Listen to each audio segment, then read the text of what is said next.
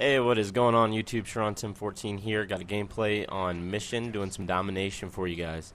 Hey, this game starts off a little bit slow, and I start getting my ass kicked fairly early. But I wanted to demonstrate this playstyle. This is typically how I play my domination. I call this my point guard setup. And if I'm playing a team game, team-oriented game, this is normally what I run.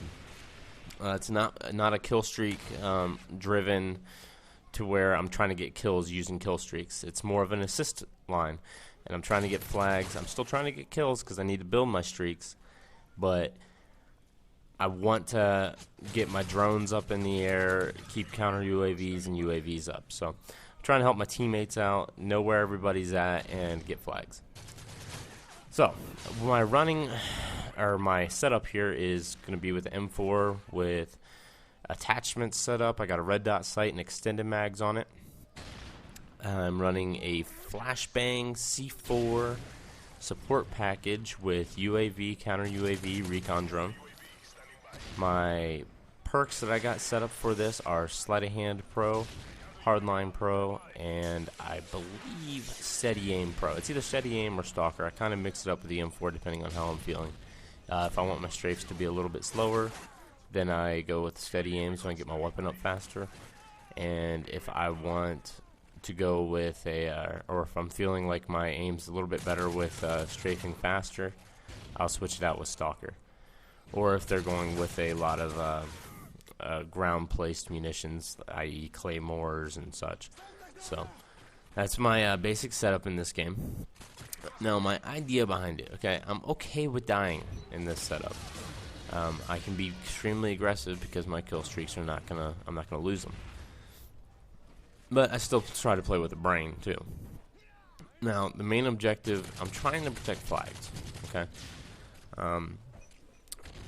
Honest mistake we see a lot of times with domination, and I'm guilty of it too, is I get a little overzealous, and I'm gonna go try to cap all 3 flags. I mean, that's not necessary. All you need is 2 flags to win this game, and that is honestly the best way to set this up, because you want to get to a position where you got 2 flags and you're able to position yourself in a manner of having lanes to run through that you know the enemy is going to be coming. That doesn't mean camp, okay? Because the enemy can come from all different angles. You want to stay active and keep on moving around. But here, I like the recon drone because it seems like anytime I'm playing, this is really a tide turner in the game. We can be losing, and I'll put one of these bad boys up, and all of a sudden, everybody knows where everything's at. I can keep them tagged. And also, if you're a guy that's having trouble getting experience in Call of Duty, say you're having a hard time ranking up, you see guys ranking up a lot faster than you. I hear a lot of people say, oh, Specialist is the best way to go, or Assault's the best way to go to rank up. No. This build right here, I guarantee it will get you the fastest ranking of any, because you get so many points per tag. You get points when they kill your tags. You're racking up assists. You're racking up kills to get your recon drones, and you'll see by the end of this game that this style will provide you with a lot of points, and you're almost always going to be the star player on the map. Okay. And that's regardless of deaths, and that's, I mean, hell, I've had games where I've had 8 kills, put up 1 recon drone, was top score, just because I was able to pump out 14, 15 assists. My current record with this build, I believe, was a 32, 31, and like 6 gameplay. Unfortunately, I don't have that gameplay saved anymore. It's an older gameplay. It was when I had my old capture card, and honestly, I wasn't really sure how you guys would receive this, and I'm not still sure how you guys are going to receive this. It's not your normal run and gun, not your normal, high kill streaks. Oh, everybody gets a Reaper. Oh, everybody gets an Angel of Death and just goes raping everybody. It's not that style of gameplay. This is for you domination players out there that are like, hey man, I wish people would play more of a team-oriented gameplay, and that's what this is. So I hope you guys enjoy it. I hope you like how I play the game, how I set up my domination gameplays. And I can do this on like Team Deathmatch or whatever. It depends. If I'm playing with my clannies or whatever, I will. Actually, I was last night, and ended up with a 14-5-1 game last night, which I probably won't post. And if I do, it'll probably be without a commentary. It'll be just like a short little music video. but it was actually a pretty good gameplay. Unfortunately, my guys were killing things so fast that I didn't really get a chance to rack up a lot of kills, or a lot of assists. But it was a good game nonetheless. So another thing I want to talk about is, this year we got kind of an important event going on with the elections coming up and how it affects soldiers. And, that's something very near and dear to me, of course, being a soldier, that, I want to know how these political changes are going to affect me and how they're going to affect, my career downrange, when we deploy and so on. Now, 2009, 2010, I did deploy to Iraq. I was over there. Ended up deploying actually a little bit late because my son was born. So my commander, he's like, hey, you can leave out a little bit later so you can see the birth of your son. And I was like, well, that's a really cool gesture. So I did 9 months over there. And at the time I was over there, it was actually pretty quiet over there. And it wasn't...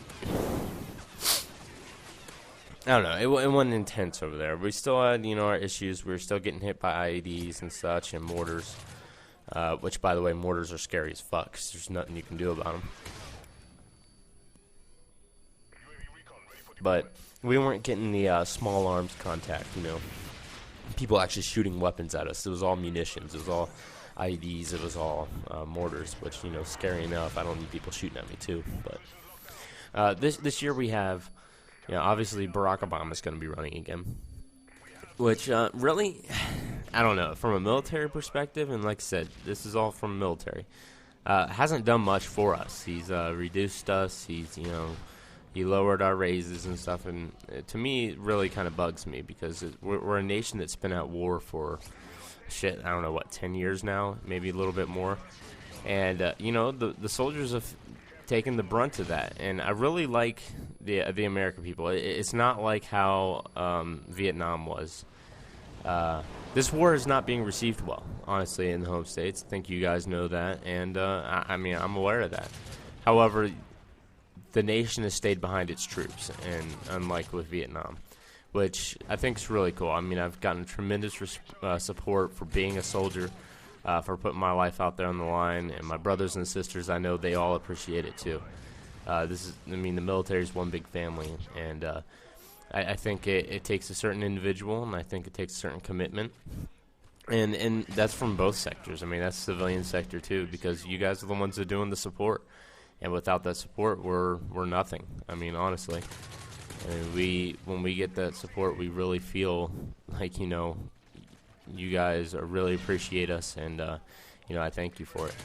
But like I said, back to the election things, is now we got a couple of guys that are running for the Republican Party, and I don't know, it's looking like Mitt Romney's probably going to be the guy, and then the other guy out there is Ron Paul. Now Ron Paul's got some really interesting theories, and he is the #1 guy supported by the military, and that's more than Barack Obama, that's more than Mitt Romney, okay? And there's a couple of reasons why. One, he is a military veteran himself. And I think personally, in order to run a country like this, especially one that's been in kind of turmoil of late with, having to make combat decisions and having to go to war, I want somebody at least that is experienced wearing a uniform, running it, and being my commander-in-chief. Now, I know that varies from person to person. Not everybody's going to feel that way.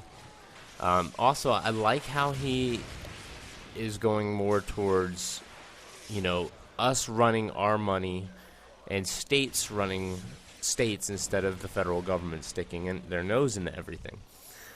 Now, I do like that. And he doesn't seem like the guy that's going to be trying to force crap on us all the time. Whereas Mitt Romney's going to be your more like standard Republican. He's going to listen more to his advisors, his funders, and stuff like that. Whereas Ron Paul is a constitutionalist. He preaches the Constitution, the original laws designed for this country. And that's what he preaches. And I think those laws are what made this country great. And, not obeying those laws and not listening to the Constitution is probably what's making this country a little bit less right now. Now, I know some of you probably aren't too much into the political talk, but you probably heard it. And, it is a decision that is going to be coming around very soon. So as this video starts to close out a little bit, Could you guys do me a favor just down in the comment section? You know, I always love comments and I always respond. I think you can see that from my videos. I'm very active. But let me know what you think. But anyway, this is the end of the game. Like I said, it was a support play to my point guard play. Let me know if you want to see something like this again. See what the final stats were here. I think it was 25, 26, and 13 were the overall stats for the game. Yep, 25, 26, 13, 3,910 score, as you see this.